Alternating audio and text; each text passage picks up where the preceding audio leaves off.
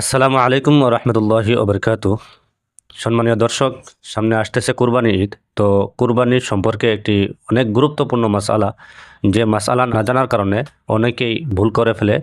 আর এই ভুল করার কারণে কুরবানি নষ্ট করে ফেলে। হাজার হাজার টাকার পশু কিনে একটি ছোট্ট একটি ভুল করার কারণে কুরবানি নষ্ট করে ফেলে। তাই এই মাসআলাটি জানা আমাদের জন্য অত্যন্ত জরুরি।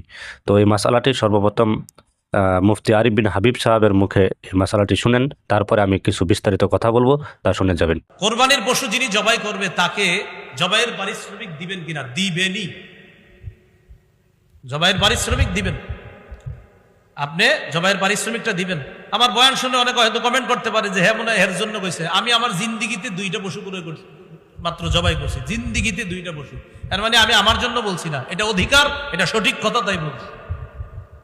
কোরবানির পশু যিনি জবাই করবে তাকে পারিশ্রমিক দিবেন। এটা হাতের কষ্ট, এটা জবাই করা অনেক কষ্টের ব্যাপার। এই জন্য যারা জবাই করবে তাদেরকে দিবেন।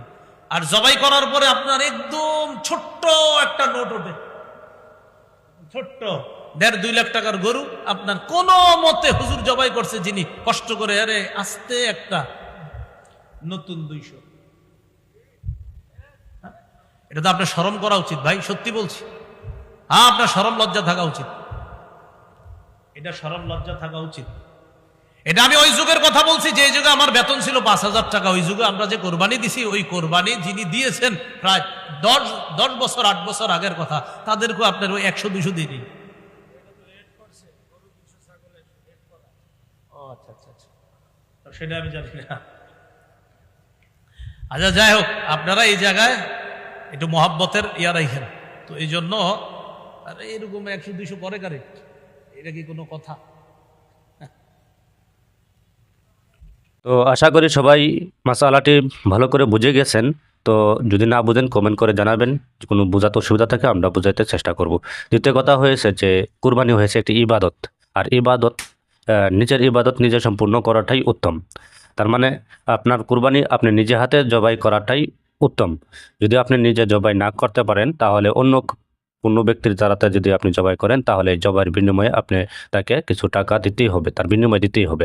দ্বিতীয় কথা হয়েছে কুরবানির যে পশু জবাই করা হবে, কুরবানির পশু জবাই করার পরে যদি বড় জানোয়ার হয়, তাহলে এক ব্যক্তির তো সম্ভব না যে এই পশুকে গোশত মাংস বানায় বন্টন করা সম্ভব না। তার জন্য অনেক কয়জনের প্রয়োজন হয়, 5-6জন ব্যক্তির প্রয়োজন হয়। তো অন্য ব্যক্তিকে যদি আপনি এই পশুর মাংস গোশত যদি আপনি বানাবার জন্য বন্টন করার জন্য যদি আপনি কামের মধ্যে লাগান, তাহলে তাদেরকেও আপনি বিনিময় দিতে হবে।